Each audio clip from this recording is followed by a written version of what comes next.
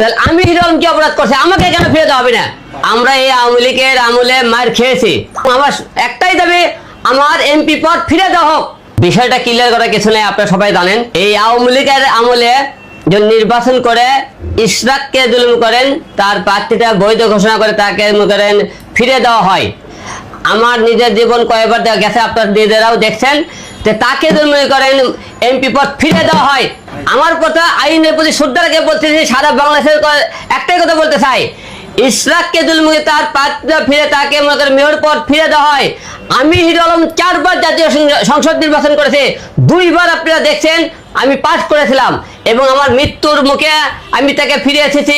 কারণ আমি কোনো গণনাও চাই না, কোনো কিছু চাই না, ডাইরেক্ট এমপি পদ চাই। কারণ একটাই, আমি দীর্ঘ কয়টা বছর ধরে 10টি বছর ধরে সংগ্রাম লড়াই করেছি, মার খেয়েছি, রাজপথে ছিলাম।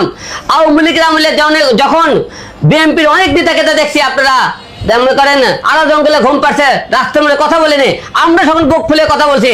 তাহলে এখন আপনার দেশের আইন কি, আইনের প্রতি শ্রদ্ধা রেখে বলতেছে দেশের আইন আদালত ঠিক থাকে, তাহলে আমি হিরো আলম আমার এমপি পদ ফিরিয়ে চাই। কারণ একটাই দাবি, ইশরাককে যেহেতু ফিরে দেওয়া আছে, আমাকে কেন ফিরে দেওয়া হবে না? দেশের আইন যদি ঠিক থাকে, সবকিছু যদি ঠিক থাকে, তাহলে আমি হিরো আলম কেন পাবো না? আমার জনগণের কাছে প্রশ্ন, আইন প্রশাসনের কাছে প্রশ্ন, আমি আমার এমপি তো ফিরে চাই। কেন আদালতে অপেক্ষা করব? আদালতের কথাই যদি বলেন, তাহলে আওয়ামী লীগের সময় যখন আদালত ছিল, আইন ছিল, তখন কি বলছে, আওয়ামী লীগের এমপি মন্ত্রী সব পাশ করে দিয়েছে, সব জায়গাতে আওয়ামী লীগের সবকিছু পাশ রেখেছে। তাহলে এখন তো লোকজন মনে করেন আগেই ধরে নিয়েছে সামনে নির্বাচনে বিএনপি এবার প্রধানমন্ত্রী হইতেছে। তাহলে বিএনপির লোকেরা এখন থেকে আইনের আশ্রয় নিতেছে, আইনের কাছে গেলে তারা দল পায়, তাহলে আমরা কেন পাবো না? কেন এখন আমাদের কি অপরাধ? তাহলে সে তো বিএনপি প্রার্থী ছিল, তাকে তো ফিরে দেওয়া হয়, তাহলে বিএনপির আইন আদালত কি এখন বিএনপির হয়ে গেল? তাহলে আমরা কেন পাবো না?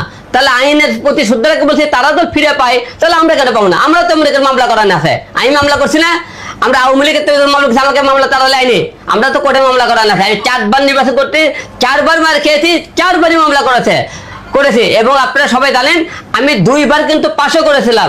ঢাকা 17 আসনে আমি পাস করেছি, বগুড়া 4-এ পাস করেছি, তাহলে কোন জায়গা থেকে পাস করিনি? তাহলে আমি যদি পাস করে থাকি, তাহলে আমাকে কেন দেওয়া হবে না? অবশ্যই দূর হয়নি।